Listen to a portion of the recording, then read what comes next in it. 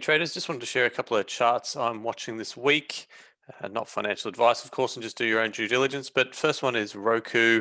It's had a huge run up here. We've got all the moving averages trending upwards, which is good, but seeing a little bit of a decline here in money flow on the latest advance. So potentially Roku could come down to say 380.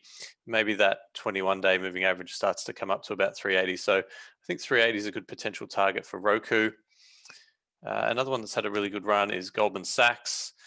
Become really overbought here, just reached a bit of an extreme. It hasn't seen that drop off in money flow like we've seen in Roku.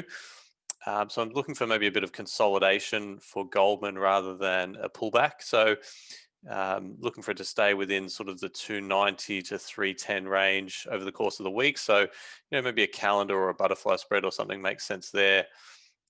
Even a short strangle, short straddle, or even an iron condor. So that's one idea on Goldman.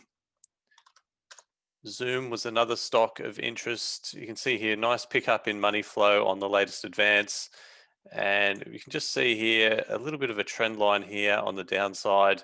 It's just struggling with that level, which comes in around 400, which is right where that 50-day moving average is, where it struggled on Friday. So looking, if Zoom can get over 400, I think that's really positive. I think that could potentially run a good deal higher, and then just use that 50-day moving average as the stop loss. And last one is AMGEN.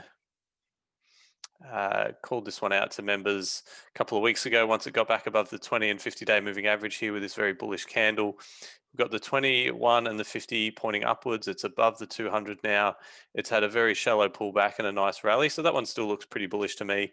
And you can see that accumulation ticking upwards, the money flow ticking upwards. So I'd continue to be bullish on AMGEN in the short to medium term. All right, good luck with your trading this week, and I'll talk to you soon.